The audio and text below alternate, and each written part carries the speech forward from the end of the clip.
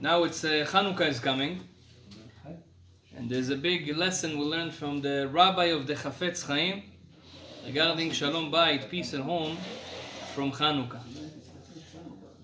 Rabbi Nachum Mehordena, that was the Rabbi of the Chafetz Chaim, Alav Shalom. And one time in Chanukah, we know that the halacha states that you should be doing everything you can to light on time.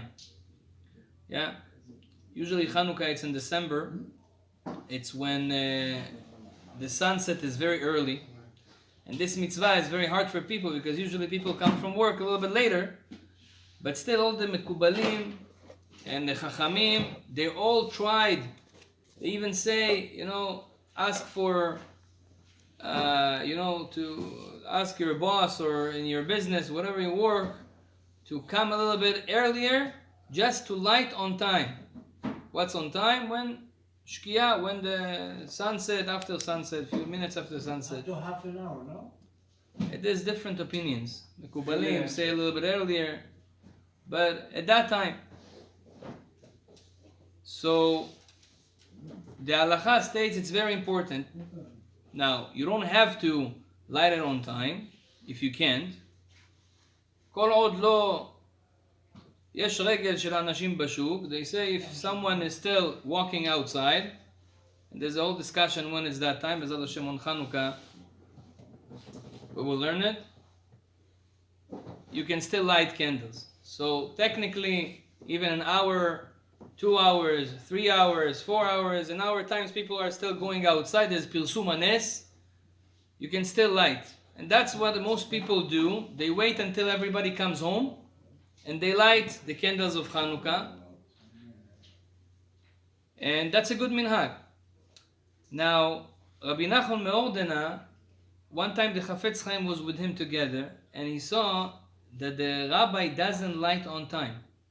They finished the tefillah. Usually you come home, you light.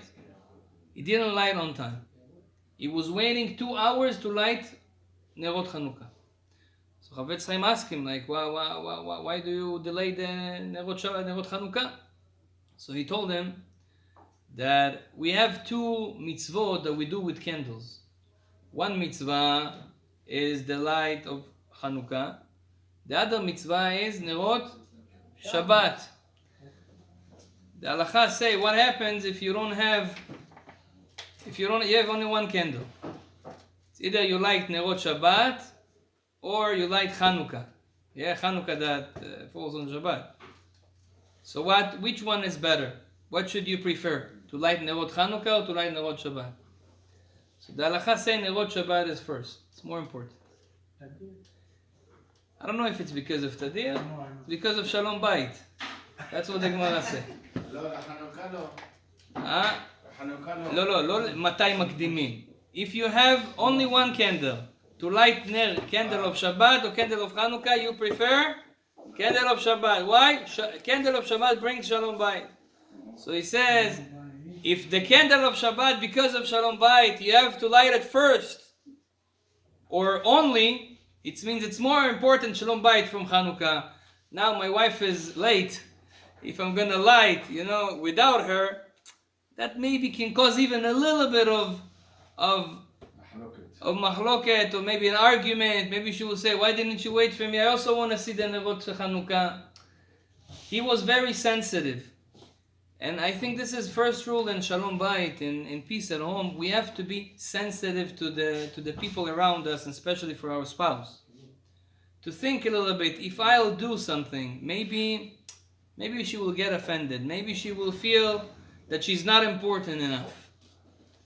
And this is what Rabbi Nachum Meordena teaches us, that even in mitzvot, first of all, think about your wife. So, so why did he light 2 hours later? He lighted 2 hours later, even though the halacha states that it's better to light on time. He waited for her. Oh, he waited for her. So this is halacha lema'aseh. Rav Ovadia, B'ezrat Hashem, the rabbi will talk to you, I'm sure, about halachot Chanukah when it comes, the time.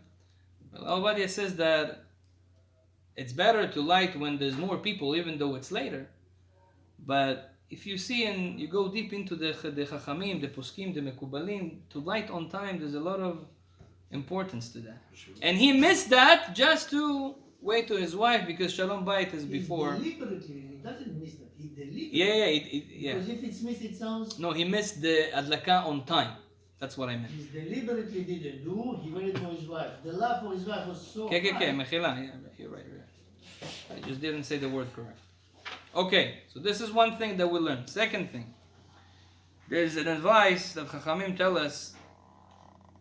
You know, when a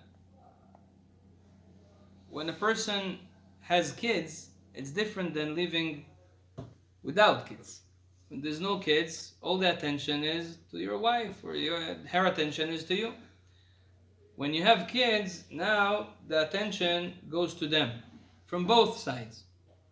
And a lot of people realize that there's a lot of machlokot, there's a lot of arguments that starts because the kids came to the world. To the equation. You know, you think the kid is like, oh, Baruch Hashem, it's the fruit of our marriage, you know, but the kid, you know, psychologically now, it's causing arguments. So a person has to understand and be sensitive, like we said before. Your wife had another kid, Baruch Hashem, she delivered another kid. Shtabach Shemo La'ad, everybody is healthy, Akol Beseder, but you have to understand that when she was pregnant, she got used to being the center of attention. And now, there's a cute baby at home, and everybody loves him, and everybody wants to, you know, kiss him, and everybody wants to hug him, and everybody wants to, you know, talk about him.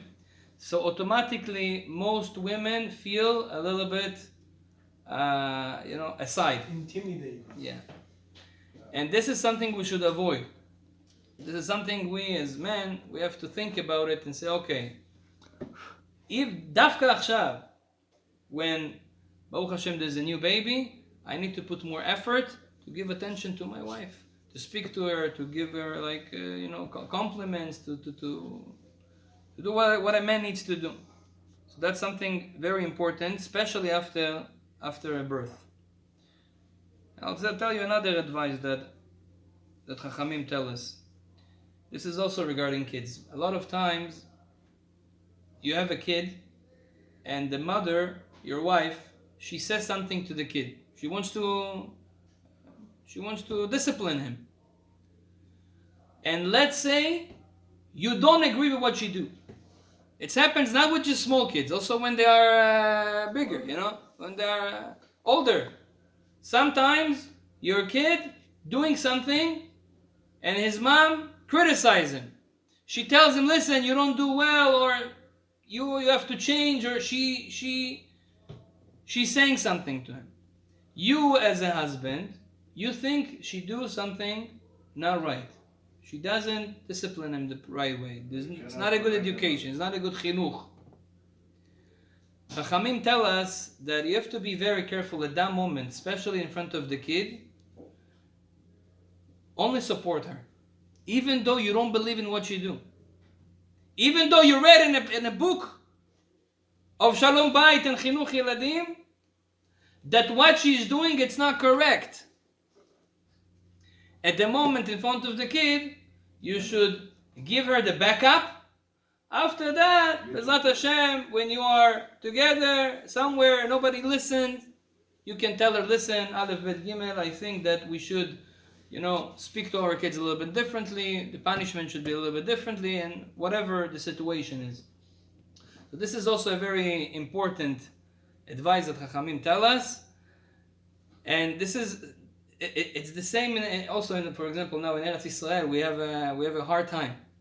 So the government, for example, it's like a husband and a wife. You have the coalition and you have the opposition. They should work together somehow. Yeah, and they have to, if they don't support each other at the hard times and times that we need to be together, the Medina, the country will lose.